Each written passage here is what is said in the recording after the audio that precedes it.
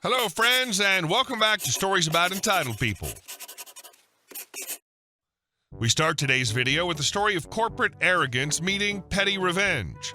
But before we begin, best way to support our channel is to leave comments, like, and subscribe with the turned-on bell so you don't miss the new video every single day. Here we go. We blew $3,000 overnight. Whoops. I used to work at a large restaurant chain that was circling the drain, recently bankrupt, clinging on by the skin of its teeth and cutting corners wherever possible. Management was a mess, morale was low, and every shift felt like babysitting a crumbling empire. Now, this place had a very strict policy about throwing things out if they were even slightly out of date. Not legally expired, mind you, just past their own ridiculously conservative shelf life. Something that could easily have been used safely for another day or two? Nope, in the trash. Of course, the managers weren't actually interested in following this policy themselves. They were terrified of food costs going up, so they had us relabel products, just peel off the sticker and give it a new date. Everyone did it because that was the only way to keep the kitchen stocked and functional. It wasn't the best system, but it kept the place afloat. Then one day, a temporary corporate district manager was assigned to oversee our location. This guy clearly thought he was about to save the brand with his eagle-eyed corporate wisdom. Unfortunately for me, he happened to walk in one afternoon and catch me in the act of, relabeling. The next day, surprise, surprise, we had a random pre-shift meeting, and wouldn't you know it, one of the first topics was food safety. The DM stood in front of us with his chest puffed out and said, "We've noticed some relabeling going on. Let me make this absolutely clear. This is no longer acceptable. If something's out of date, it must be thrown away immediately." Fine by me. That same night, as soon as closing hit, I rolled up my sleeves and went to work. If the rule was throw it out, then I was going to throw it out. I started in the walk-in. Anything even remotely close to expired, gone. Anything unlabeled, gone. Half a container of ranch dressing without a sticker, gone. Then I moved on to the freezer, dry storage, and the entire line. If it wasn't perfectly labeled and in date, it was tossed. By the time I was done, the trash bins were overflowing. We'd easily thrown out at least $3,000 worth of product in one night. The next day, pandemonium. We had another pre-shift meeting, and the DM looked like he was about to blow a vein in his forehead. He ranted and raved about how much food had been wasted. $3,000, he shouted. "Do you have any idea what that does to our food cost?" The staff just stood there, silent. I bit my tongue and waited.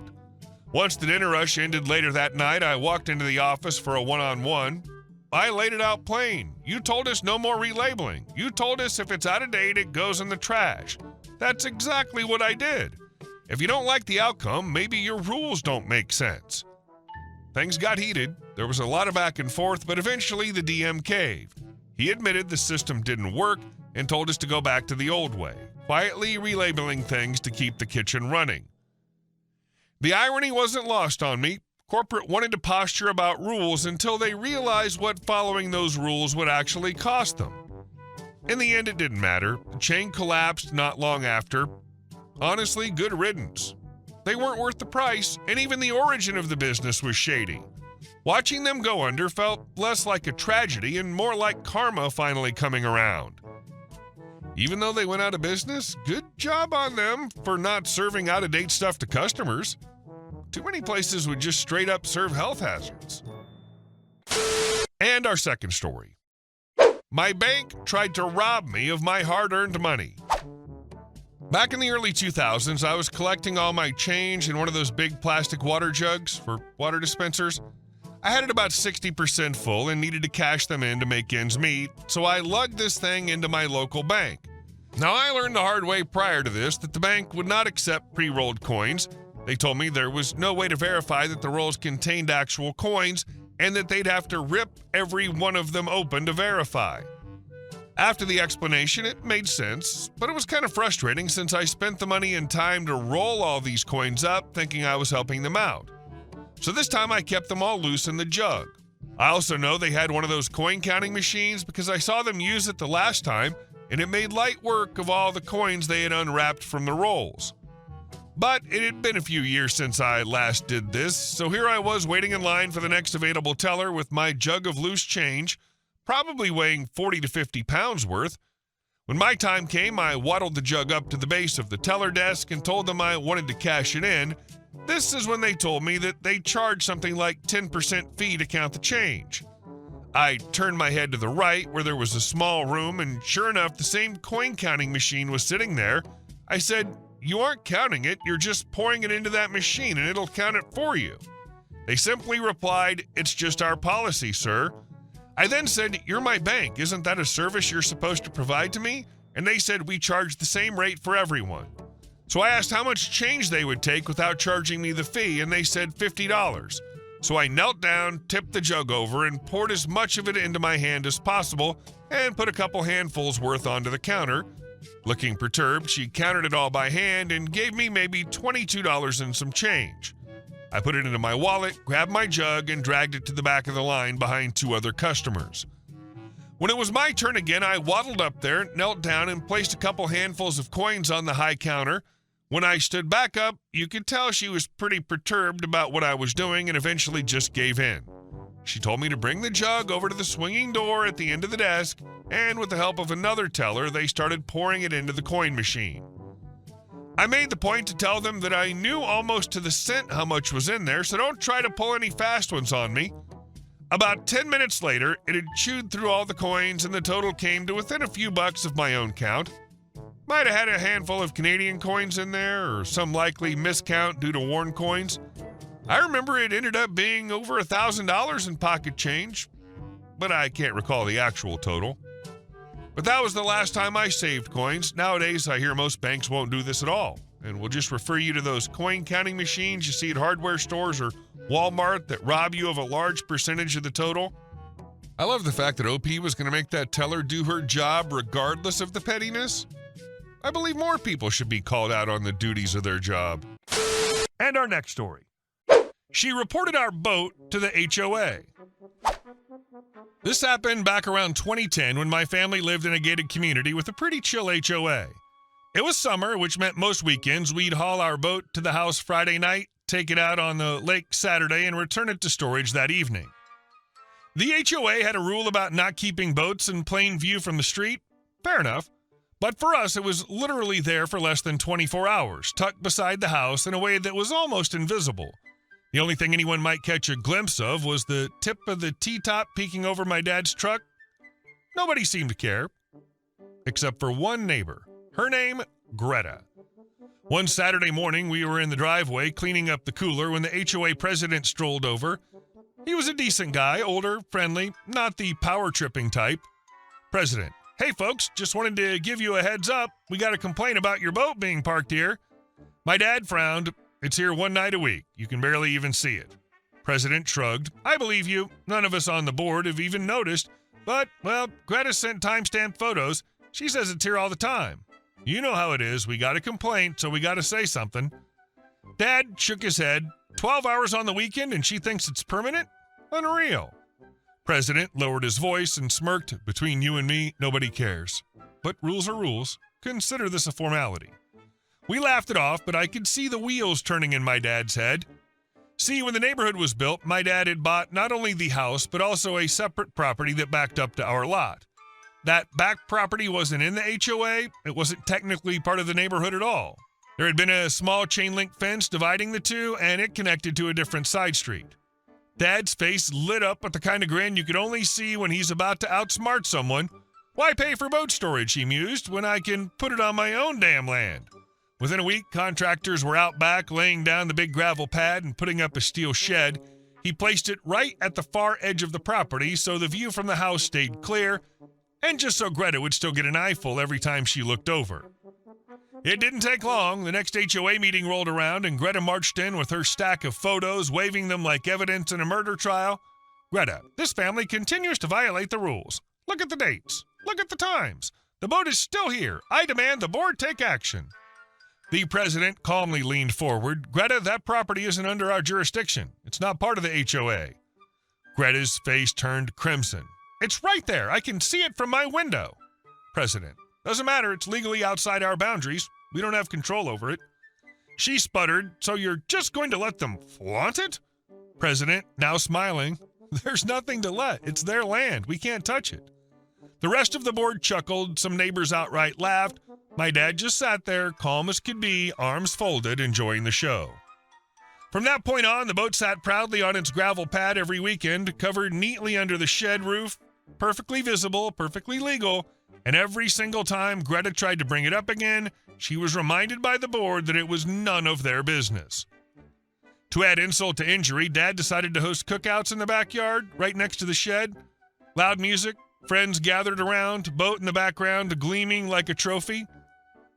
Greta moved about a year later. The HOA kept right on being the fun, party-throwing group it had been, and my dad never paid for boat storage again. This is a great example of someone digging their own grave by pushing too hard. Greta thought she was about to be the HOA hero, swooping in with her time-stamped evidence like she had cracked some major case. In reality, she just gave your dad the perfect excuse to flex a loophole that made her powerless. And our last story. Entitled customer demands discount, gets permanently banned and arrested. I used to work at a well-known greeting card chain in the UK. I was a store manager, so I'd seen my fair share of ridiculous customers. But this one particular woman, let's just call her Karen, took the crown. She wandered into the shop one afternoon and spent a good 30 minutes pacing around the card racks. She touched nearly every display, muttering to herself, clearly trying to find the perfect cards. Finally, with a dramatic sigh, she piled her selection onto the counter where I was working the till. I rang them through, smiled, and told her the total. That's when she dropped her first line, "That's too much. I'll be getting a discount." I blinked. "Sorry, ma'am, but I can't give you a discount unless you have a valid discount card." Her lips pursed. "Oh no, you don't understand. I'm friends with the CEO. I always get discounts in this store." That was news to me. I'd been working there for 18 months, and I was one of only 2 people in that location who could even override prices in the system. No one had ever received a mysterious friends with the CEO discount. "If you were friends with the CEO," I said as politely as I could, "they would have given you a discount card." She scoffed. "Well, they didn't, but you'll just have to take my word for it." I shook my head.